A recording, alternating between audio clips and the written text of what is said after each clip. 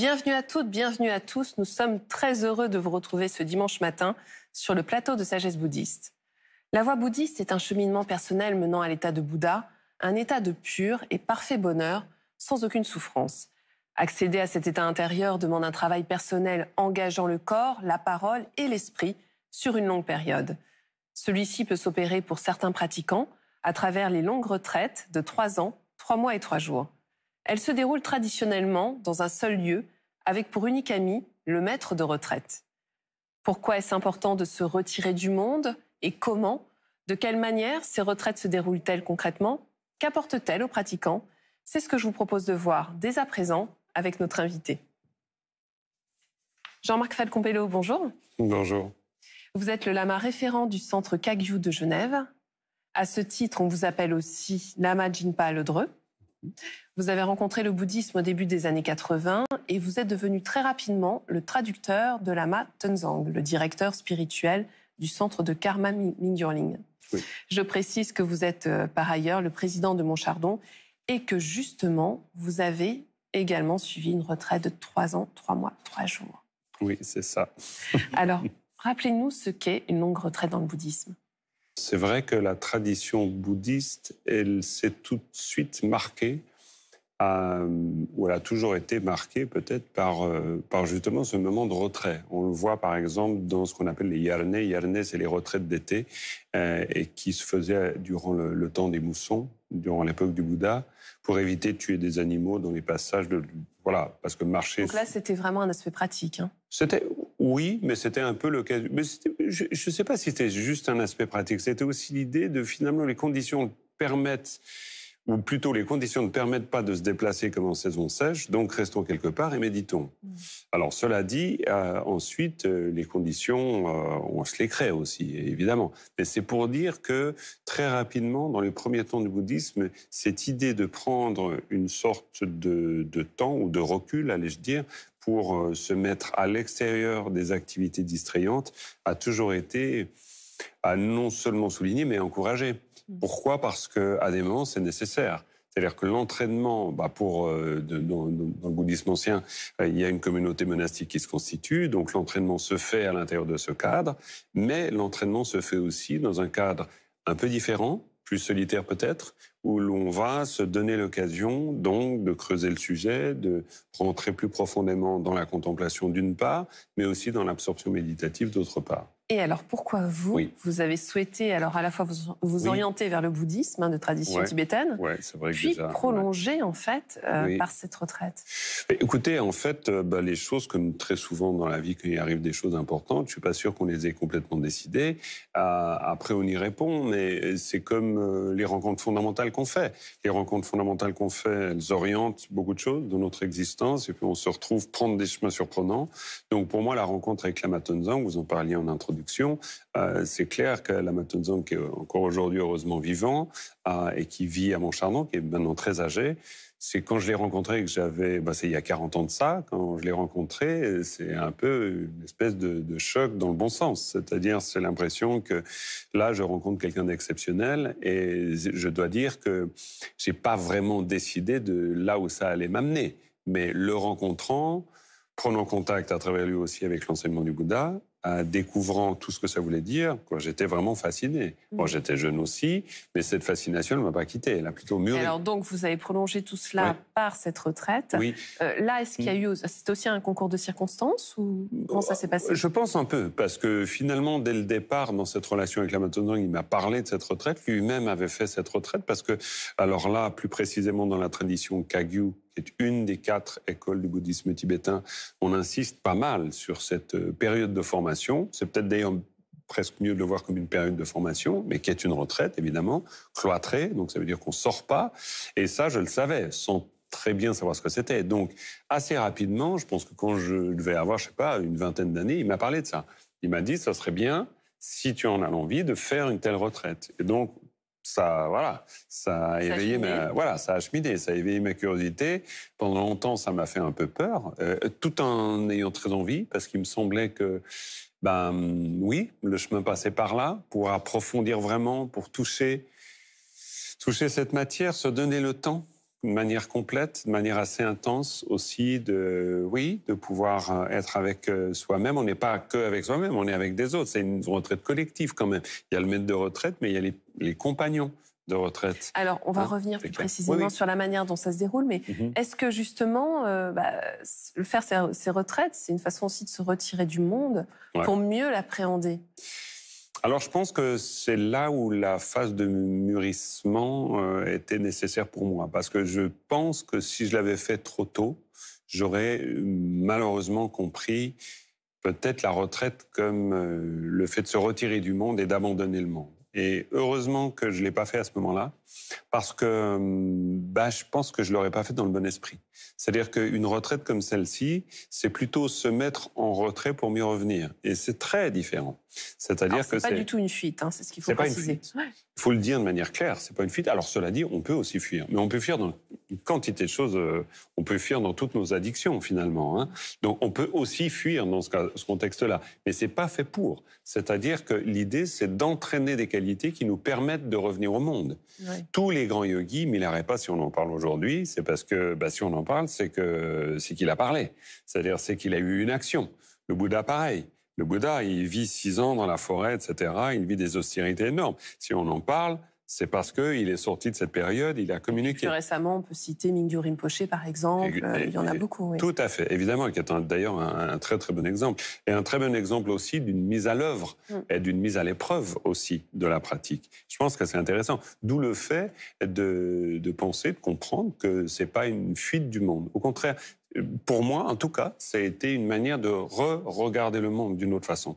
C'est-à-dire un peu partir pour mieux revenir. Et puis aussi, surtout, et ça c'est une des choses étonnantes de la découverte, c'est de sentir combien le monde vit en moi. C'est-à-dire, et je pense que le monde vit en nous tous, il résonne en nous tout le temps. Et on travaille avec cette résonance, on travaille avec cet écho du monde en nous. Dans les liens, c'est une manière de, par exemple, de revisiter les liens, de se rendre compte que l'on est fait de ces liens, que l'on ait fait aussi des choses qui nous rassurent. Évidemment, c'est aussi une épreuve d'être tout à coup à l'extérieur des choses. Justement, racontez-nous comment ça se passe concrètement, cette retraite, au quotidien. Dites-nous. Au quotidien, écoutez, ça a commencé par 6 mois d'ailleurs de retraite, de formation dans les conditions réelles de la retraite. Et puis la manière dont ça se passe, pour moi au départ, je me rappelle de ce moment où on se retrouve dans la cour du centre de retraite et le lama vient de fermer la porte à clé. Et alors là, vous êtes combien ? Là, on est 7 garçons, plus le maître de retraite. Donc, on est 8. Et puis, on est parti pour 3 ans et 9 mois de notre vie. Et puis, tout à coup, on réalise qu'on est vraiment dedans. Et c'est hallucinant, parce qu'il n'y a finalement qu'un mur qui nous sépare de l'extérieur. Et tout à coup, on est vraiment... moi, la sensation que j'ai eue, c'est d'être vraiment dans un autre monde. Alors, certes, il n'est pas question de quitter le monde pour aller ailleurs, vraiment, etc. Il est question de revenir au monde, mais il y a ce moment de ce sas, en quelque sorte, ce bardo, cette période intermédiaire, et que là, j'ai vécu de manière très puissante. Et aussi avec, je dois le dire, je peux l'avouer, avec un peu un choc au départ. Forcément, parce qu'en plus, être avec des personnes qu'on n'a pas choisies, ça ne doit pas être évident tous les jours, mais ce n'est pas du tout même évident jamais. C'est-à-dire que ce n'est pas des personnes avec qui vous partiriez un week-end, quoi. Donc, vous ne les choisissez pas. Et donc, on pourrait dire, on recrée la réalité du monde qui fait qu'on est constamment confronté à des choses qu'on n'a pas choisies. Et puis, on va décider qu'on travaille avec ça. C'est-à-dire que ce n'est pas juste un hasard. C'est vraiment voulu. C'est-à-dire c'est voulu que l'on soit ensemble. Alors, je ne dis pas que c'est voulu qu'on soit avec telle et telle personne, mais c'est voulu d'être dans telle situation, par contre. Et alors, la journée, elle se déroule comment ? Alors, elle commence très tôt.